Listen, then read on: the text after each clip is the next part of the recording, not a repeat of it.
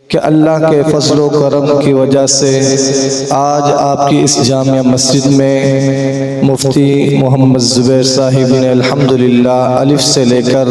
والناس تک قرآن مجید کو مکمل کیا، اور جن احباب نے قرآن مجید کو سماعت کیا، اللہ تبارک و تعالیٰ کی بارگاہ میں ہم دعا گو ہیں کہ اللہ تعالیٰ حضرت قاری صاحب کا سنانا، آپ کا سننا اپنی بارگاہ عالیہ میں قبول و منظور فرمائے۔ اللہ تبارک و تعالیٰ نے قرآن مجید کو اسی رمضان المبارک کے اندر نازل فرمایا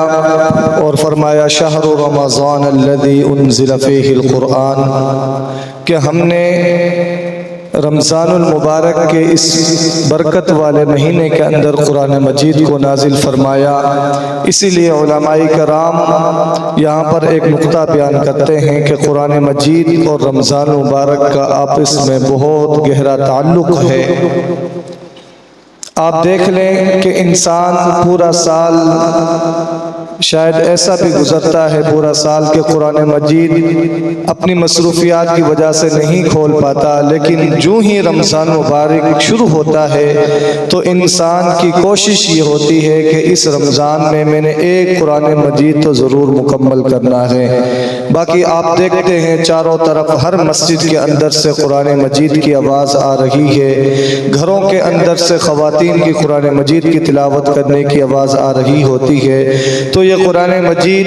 اس رمضان مبارک کے اندر بہت زیادہ اس کی تلاوت کی جاتی ہے،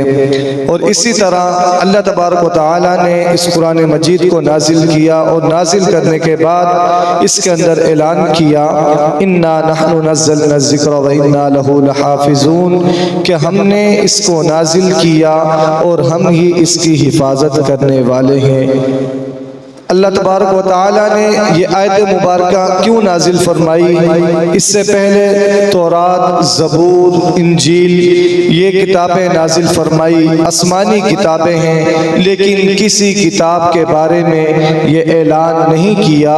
کہ ہم نے اس کو نازل کیا اور اب ہم اس کی حفاظت ہمارے ذمے ہے۔ قرآن مجید کے بارے میں اللہ تعالیٰ نے یہ اعلان کیوں کیا؟ اس کا اعلان اس لیے کیا کہ قیامت تک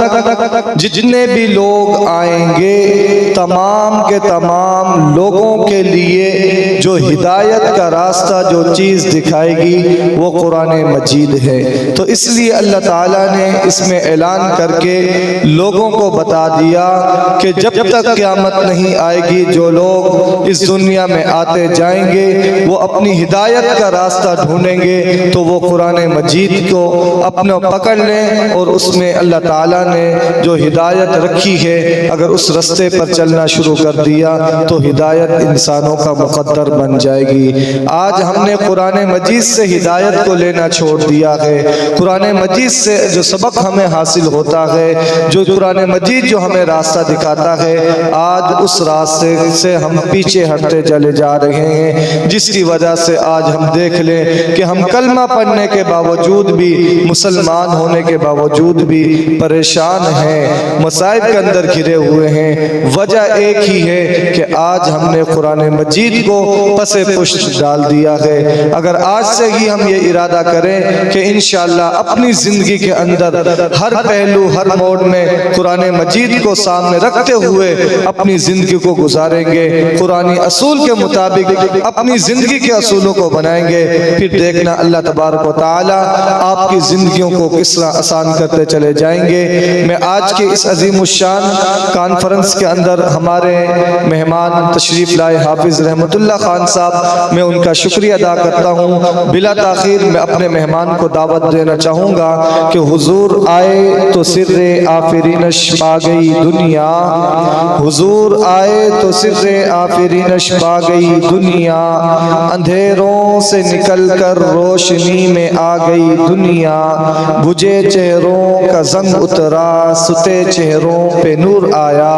حضور آئے تو انسانوں کو جینے کا شعور آیا۔ اب جیسا کہ آج کی یہ عظیم الشان کانفرنس عظمت قرآن کے عنوان سے منون ہے، میں نے شروع میں بھی آپ سے کہا تھا کہ یہ آج کی عظیم الشان محفل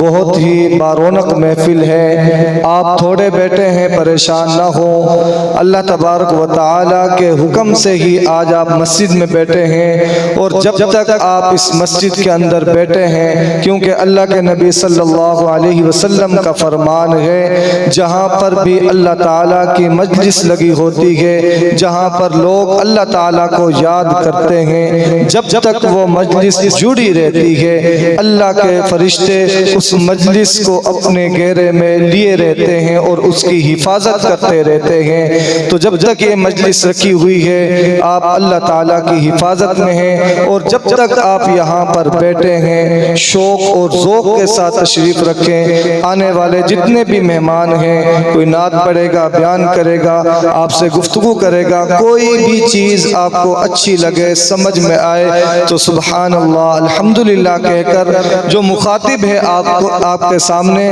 جب آپ یہ الفاظ کہیں گے تو اسے یہ معلوم ہوگا کہ میری بات آپ کو سمجھ میں آ رہی ہے۔ جب آپ بالکل خاموشی سے بیٹھے رہیں گے تو جو یہاں پر بولنے والا ہے وہ اسی کشمکش میں ہوگا کہ جو میں کہہ رہا ہوں آیا کہ سامعین کو میری بات سمجھ میں آ رہی ہے یا نہیں آ رہی۔ تو اس لیے آپ سے گزارش ہے جو بھی یہاں پر مقرر آئے آپ اس کی حوصلہ افزائی ان الفاظ کے ساتھ کرتے